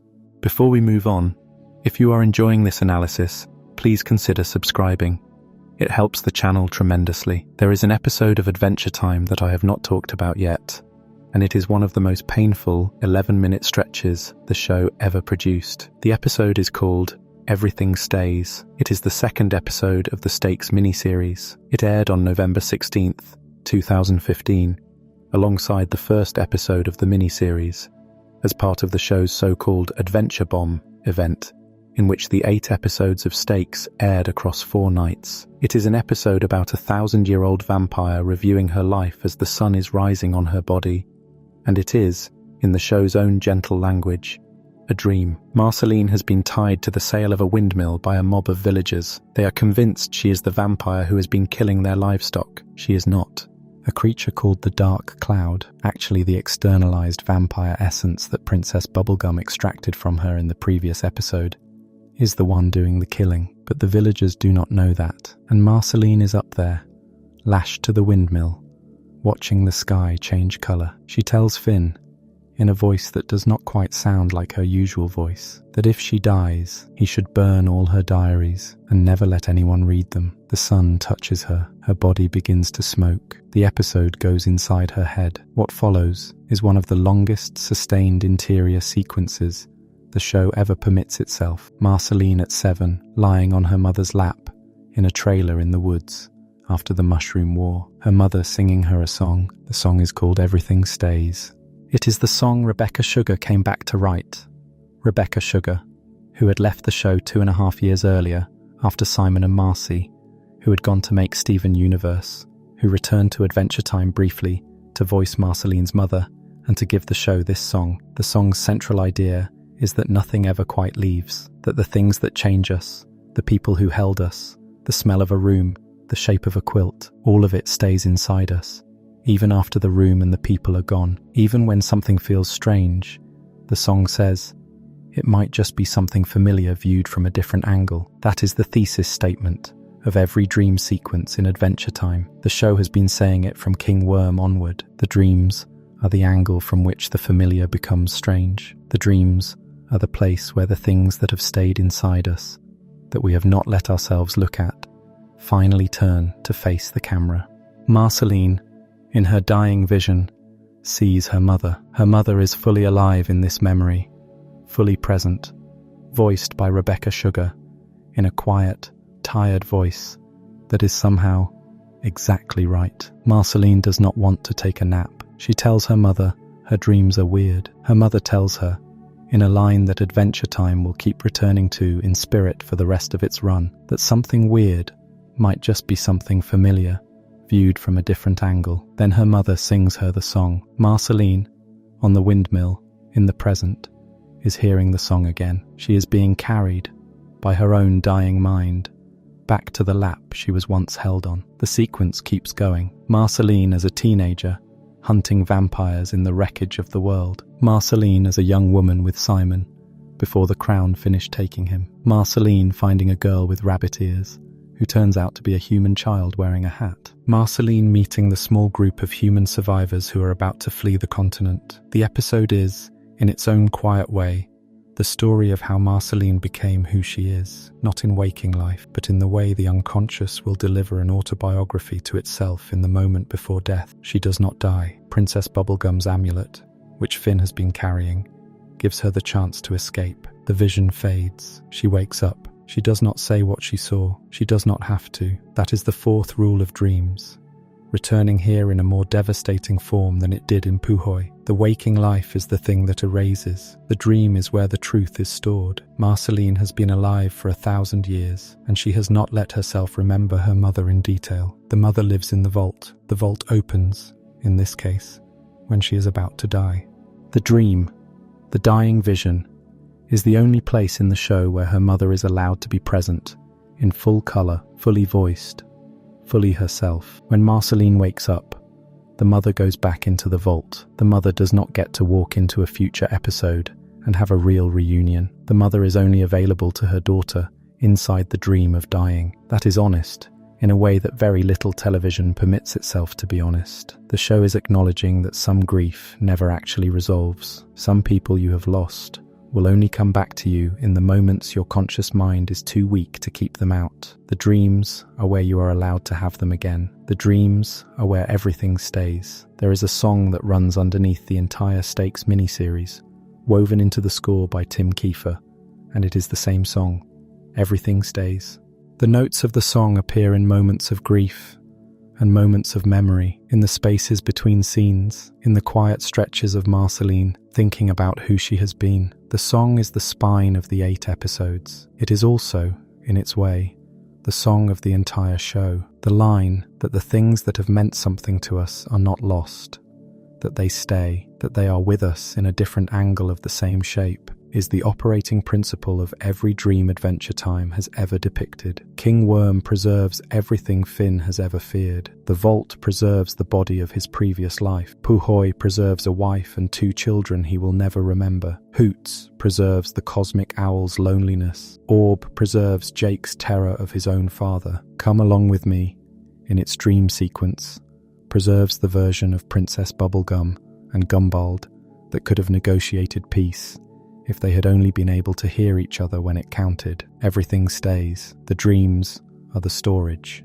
The waking life forgets, and the dreams remember. There is a cut in Everything Stays that I find almost unbearably tender. The scene is in Marceline's childhood. Her mother has just finished telling her the story of how she met Marceline's father. She is rocking her. She is singing. The angle of the shot is from below, looking up, the way a child sees a parent. Then the shot cuts forward. Decades pass in a single frame. Marceline is in her teens, walking through a ruined city, alone. The mother is gone. The mother is never explicitly shown to die. The show simply moves the camera. The cut is the loss. The cut is the entire grief, compressed into the gap between 2 shots. And the song keeps going. The song that her mother taught her. Marceline keeps walking. The song stays. The episode is doing in 2 minutes what most shows could not do in a season. It is showing you the way a song outlives the person who taught it to you.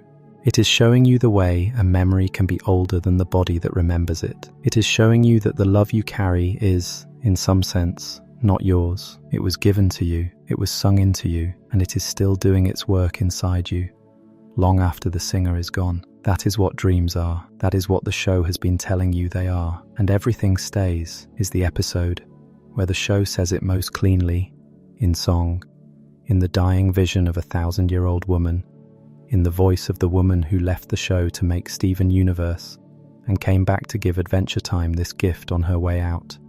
There is a smaller dream sequence later in Stakes, in the 7th episode, called Checkmate, where Marceline, who is at this point gravely wounded, slips into another dying vision. In the vision, she is grown, grey-streaked, walking up to a house she has not visited in a long time. Inside the house are Simon and Betty, alive and together, cooking soup. They invite her in.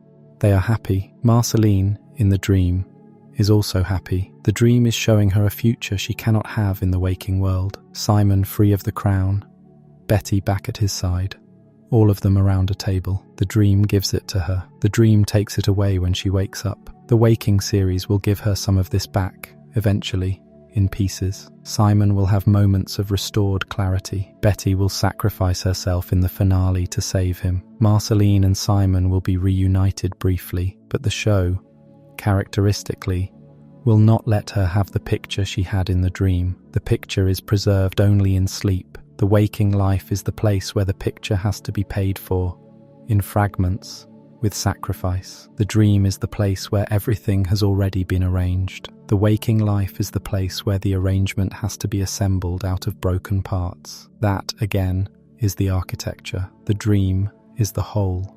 The waking life is the wreckage of the whole, which we spend our lives trying to reassemble into something we can recognize. Before we move on, if you are enjoying this analysis, please consider subscribing. It helps the channel tremendously. There is an episode in Season 4 that I have not yet given its proper time, and it is the episode that sets up the entire endgame of the original series, even though it does so in a single image that almost nobody talks about. The episode is The Lich. Finn's nightmare at the start of the episode contains a brief flicker, the snail, the recurring snail that has appeared in nearly every episode of the show since the pilot, hidden in the background, waving, turning, in the nightmare, into the Lich. The dream, in coded form, is showing Finn that the Lich has been hiding inside the show this whole time.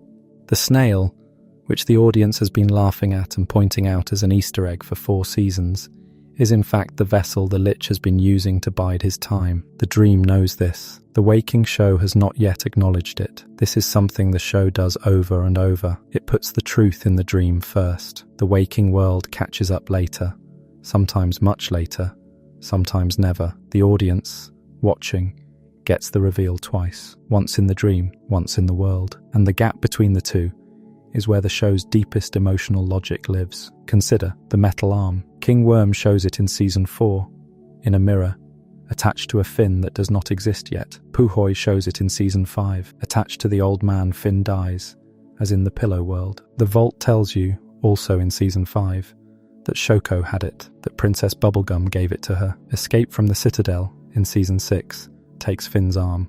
Breezy and the Tower, the episodes immediately following, follow Finn's struggle with his missing arm and the flower that grows from the stump. By the end of Season 6, Princess Bubblegum has built him a robotic prosthetic. The arm in the mirror, in the Pillow World, in the body of his previous life, has finally caught up to him. Or consider the tooth. Orb, in Season 8, has Princess Bubblegum's teeth fall out of her face in Finn's nightmare. He cannot put them back. The dream is showing him a kind of helplessness, a disempowerment of the woman he loves, a loss he cannot reverse. Several seasons later, in a Season 10 episode called Always BMO Closing, Princess Bubblegum's great-uncle Gumbald, in disguise as a stranger, pulls one of Finn's own teeth out at his kitchen table. Finn lets him. Finn does not understand what is happening. The dream from Orb was, in part, a warning. A tooth was about to be taken. The show is consistent with itself. The dream knows. Or consider the disco ball. Hoots, in Season 6, includes a long sequence of Finn's dream in which a bird woman climbs a ladder and removes a disco ball from a ceiling above Finn, his father Martin, and the baby Lich. The cosmic owl is present, which makes the dream prophetic. Several episodes later, in The Comet, the Season 6 finale, which aired on June 5th, 2015, the disco ball pays off. The bird woman of Finn's dream turns out to be the dream form of Gunter, the small evil penguin, who is in fact the host body of an ancient cosmic being called Orgolorg. Orgolorg, woken by the approach of the comet, becomes a giant beast. The comet is, in dream symbolic terms, the disco ball. The bird woman is taking down the disco ball, meaning the comet is going to be removed from the sky. And in the actual events of the comet, that is exactly what happens. The comet's energy is used. The comet does not strike the Earth.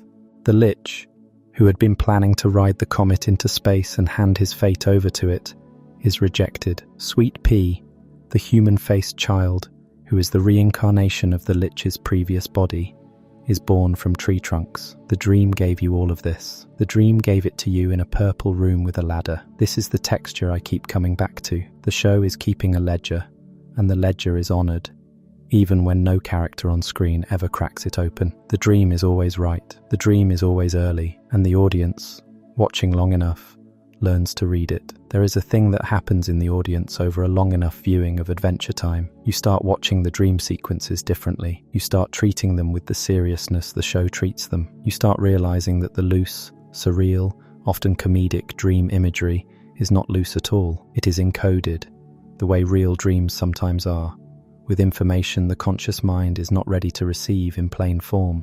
You start seeing the disco ball and asking what it is going to be. You start seeing the metal arm and asking when the arm is going to come. You start treating the dream as a place where the show is, very politely, telling you the future and trusting you to remember. That is, in its own way, an act of love toward the audience. Adventure Time loves its viewers enough to assume they will watch carefully. It loves them enough to give them homework that they can do at their own pace. It loves them enough to bury the whole structural truth of the show in dream sequences that, on first watch, simply feel like fun, weird episodes about pillows and worms and oracular owls. That love shows up most clearly in the back half of the show, when the dream payoffs start arriving. By the time you get to Hoots, you have learned how to watch a dream sequence in this show. By the time you get to Orb, you are already cataloguing the 4 elements in the abyss. By the time you get to the dream sequence in Come Along With Me, you are watching for the cosmic owl in disguise, and when he appears, briefly,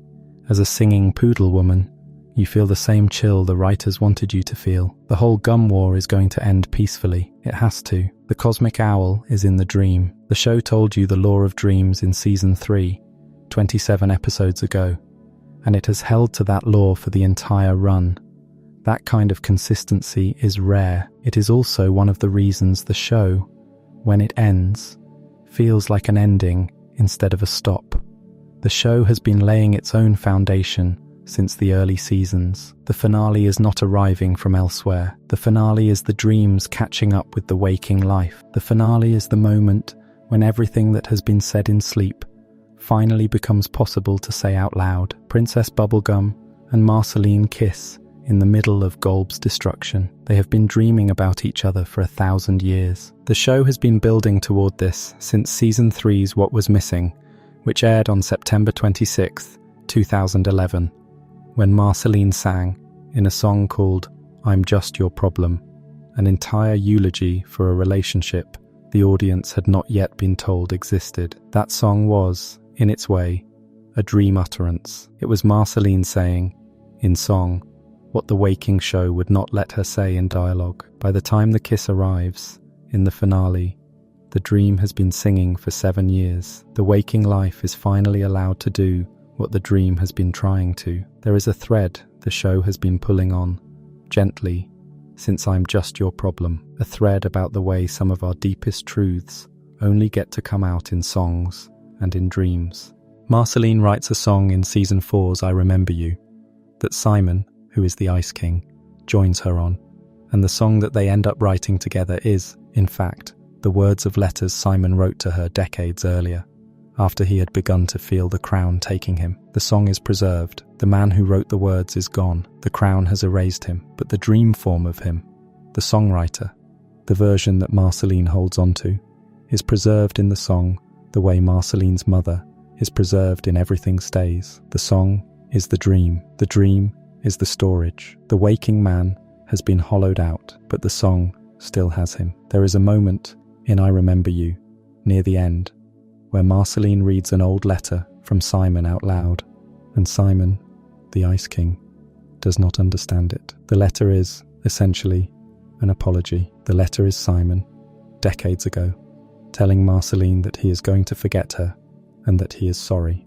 The Ice King, listening, does not realize the letter is from him. Marceline cries. She tries to hand the song over to him. The Ice King does not catch it. The episode ends with the two of them singing the song together, while neither of them quite understands it. He does not know who he was. She knows but cannot reach him. The episode aired on October 15th, 2012. It is the 25th episode of the 4th season. It was written and storyboarded by Cole Sanchez and Rebecca Sugar, the same pairing that would, 5 months later, give the show Simon and Marcy. The episodes are companion pieces. I Remember You shows you the wound. Simon and Marcy shows you the original moment. Simon and Marcy is, in many ways, the most important episode of Adventure Time. It is set 996 years before the main series. It shows a 47-year-old man named Simon Petrikov who has begun to wear a crown that is making him forget himself.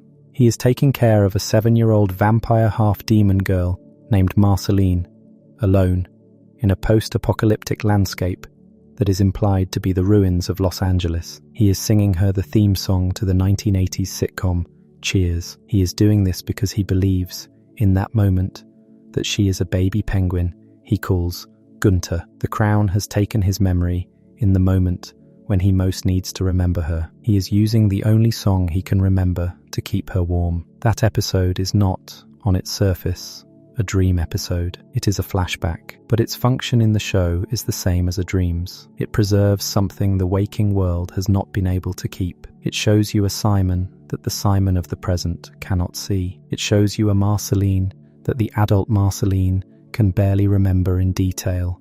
The episode is a dream the show is letting you have on its behalf.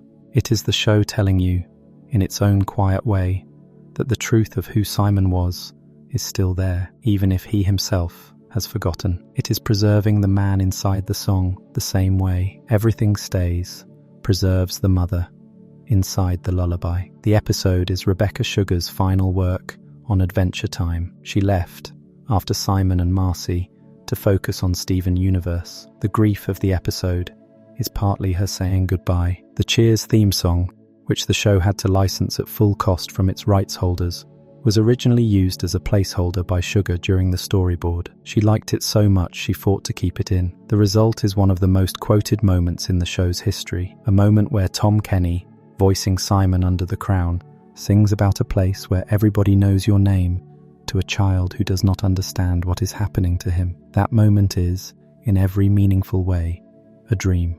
It is what the show looks like when it is doing dream work in its most honest mode. The character is being preserved in song, while his actual self is being erased in real time. The waking world is taking him, the song is keeping him, and the audience, watching, is being asked to hold the song in our minds long after the man inside the song has stopped being able to hold it himself. That is the work. That is what Adventure Time has been doing for 10 seasons.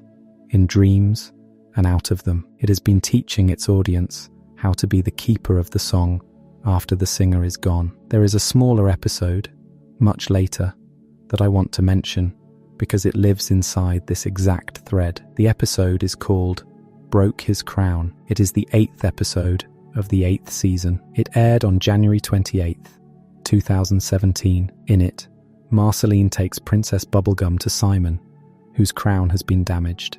They share a memory together, the three of them, in a kind of shared mental space, not quite a dream, but adjacent to one. They piece together what Simon was. They give him back, briefly, a sense of who he was before the crown. They cannot keep it. The crown reasserts itself. The episode ends with the three of them having had, for one afternoon, a version of the man they all needed back. And the show, again, lets the moment exist and lets it pass. The waking life cannot hold it. The shared memory could. The memory was the dream. The memory was the place where Simon got to be Simon. The dream logic and the memory logic in Adventure Time are, by the end of the show, almost interchangeable. They are both ways of preserving truth that the waking world will not preserve. They are both ways of letting characters have, for short periods of time, the people the world has taken from them. They are, in the language of Everything Stays, the angle from which the familiar can be viewed when the familiar has otherwise been lost.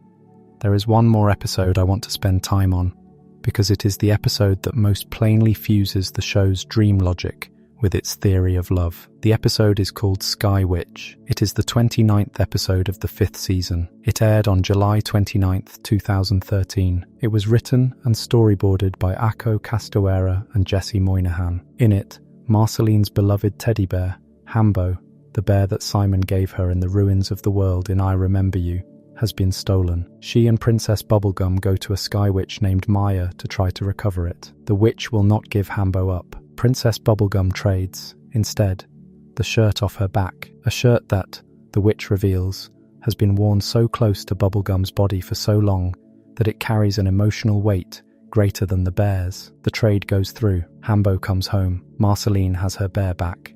What the episode is saying is that emotion, in the universe of this show, is a substance that can be traded. The bear has emotional weight because Simon gave it to a small Marceline at the worst moment of her life. The shirt has emotional weight because Princess Bubblegum has worn it close to her skin while thinking about Marceline. The dream logic of the show, the logic that Everything Stays articulates, the logic that Marceline's mother sings, is that the things we love absorb the love we put into them. They become, in some sense, that love. The waking world can move them around. The dream world recognizes them. The witch, who is functionally an oracle, can tell which object holds more emotion. Bubblegum's shirt wins. In Maya's house, on the wall, there is a painting. The painting is of the green-haired ghost girl. It is Shoko. The Sky Witch's house is full of stolen, meaningful things, and one of them is, somehow, an image of the ghost from Finn's previous life.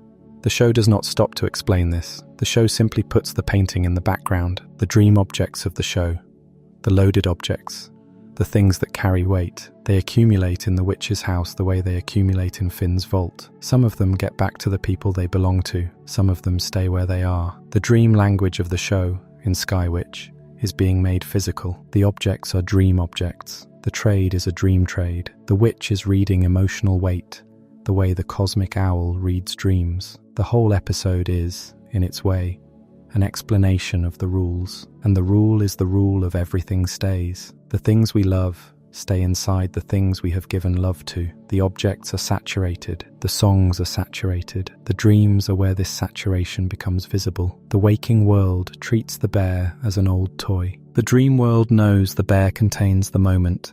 A 47-year-old man told a 7-year-old girl that she was going to be okay. The dream world knows that moment is still there, inside the bear, more than 900 years later. Before we move on, if you are enjoying this analysis, please consider subscribing. It helps the channel tremendously. There is one thread I want to draw together before the essay closes, and it is the thread about Finn's father, Martin Mertens, the man who escaped from the Citadel, the man who, in the moment of his rescue, did not recognize his own son, the man whose absence has organized the back half of the show. Finn does not have a great waking life relationship with Martin. The episode Escape from the Citadel introduces him in Season 6. The episode The Visitor, the 17th episode of Season 6, brings him back briefly. He is a con man. He is uninterested in being a father. He leaves. Finn's last meaningful encounter with him in the original series is the episode Min and Marty,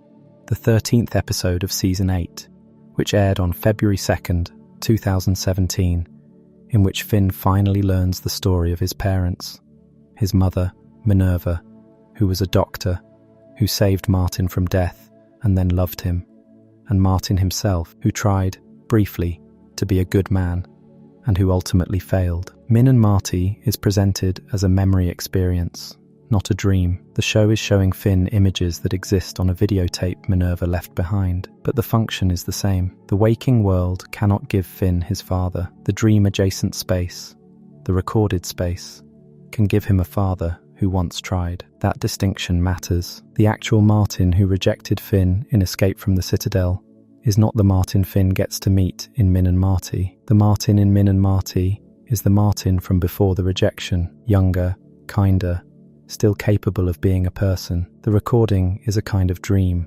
The recording lets Finn see a version of his father that the waking father could not be, and Finn, holding the recording, gets to grieve the absence of that man. That is what dreams are doing in this show. They are not entertainment. They are not asides. They are the show's apparatus for grief. They are the place the show puts the people we have lost, or the people we never had, so we can see them once. Marceline gets her mother in Everything Stays. Finn gets his father in Min and Marty. Marceline gets the Simon who was in Simon and Marcy, and in Broke His Crown. Princess Bubblegum, in the dream sequence at the end of Come Along With Me, gets the version of her great-uncle Gumbald, who she could have had a real conversation with before her own fear of him made that impossible. The dream is the place where these conversations happen. The dream is the place where the irrecoverable can briefly be recovered. The waking life never quite gives them back. That is the show's final honesty.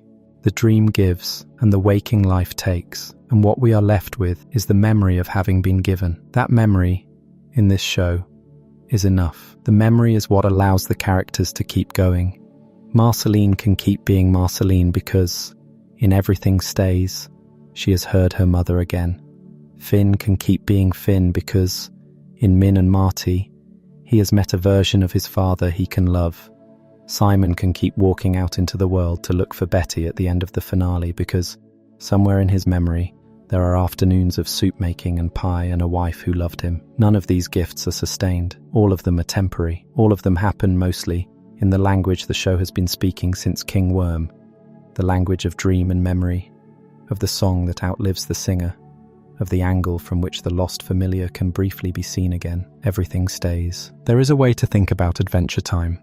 After 10 seasons and 283 episodes, and a follow-up miniseries on HBO Max called Distant Lands, and a spin-off series called Fiona and Cake on Max, that I want to offer in closing. The show is, in its entirety, a long argument about how to live with loss. It is a children's show. It is a children's show in the way the Brothers Grimm are children's stories, which is to say, it is also, very seriously, an adult's show, written by adults, voiced by adults, storyboarded by adults, and given to children with the trust that they will grow into the parts of it they cannot yet understand.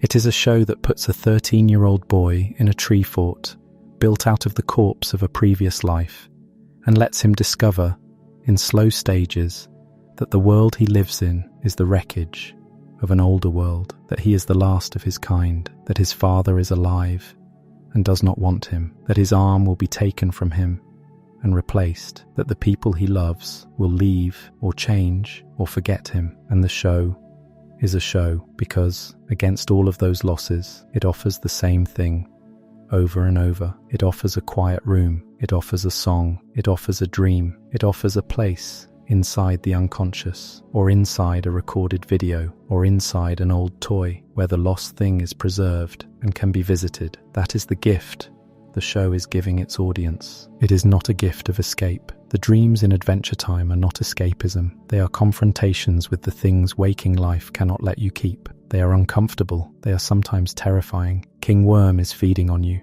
The moon is your mother and is draining you. The cloud has an eye. The disco ball is a comet, and you do not yet know how to read it. But after the dream is over, you are different. You have seen something you could not have seen any other way. You have been given an angle on the familiar that you could not have found in waking light. And that angle, the show argues, is what makes survival possible. Marceline survives because of her dreams. Finn survives because of his. Simon survives in the small flickers of his survival, because the dream form of him, the man who sang her cheers, the man who wrote letters about how much he was going to forget, is preserved by other people who love him. Jake survives the Croak dream because Finn was not in it. The Candy Kingdom is given a chance to survive because the dream of its overthrow happens in a particular way, with particular witnesses, and is, in the end, deferred. The show is the ledger. The dreams are the ledger. The audience is the ledger. We are the ones who keep the song after the singer has lost it. We are the ones who remember the disco ball when the comet finally arrives. We are the ones who are still, somewhere, holding a small red bottle of nightmare juice that was given to a 15-year-old boy on a boat by a princess made of clouds, in a dream he had after eating too many bananas. We are still holding the bottle. We are still waiting for the moment we are going to need it. That is what the show has trained us to do. That is what King Worm started in Season 4, when Finn first realized something was eating him in his sleep. That is what the New Frontier began the rules for. That is what the Vault excavated. That is what Puhoi lived inside. That is what Frost and Fire used as a weapon. That is what Hoots made the law. That is what Orb gave us a bottle of. That is what Come Along With Me poured out onto a battlefield. That is what Everything Stays put into a song. The dreams are the show. The show is teaching us how to dream. The dreams are teaching us how to keep what we are about to lose. There is a 15-year-old boy lying on his back on the wooden floor of a tree fort. His eyes are closed. His best friend, a yellow shape-shifting dog, is asleep next to him. A robot, the size of a microwave, is asleep next to the dog. They have just been given a small red bottle of liquid by a princess who lives in clouds. They do not know what they have been given. They will not know for a long time. The bottle sits in a backpack. A season passes, another season passes, a war begins to gather. The bottle is still there. The bottle is waiting. The bottle is waiting because the dream knew what it was for, even when nobody else did. The dream knew what was coming. The dream has always known. And one day, when the war is on the horizon and there is no other way to end it, somebody is going to remember the bottle and pull it out and pour it onto the people who need to fall asleep. And the dream is finally going to do its work. Everything stays. If you enjoyed this video essay, make sure to subscribe. Thanks for watching, and I will see you in the next.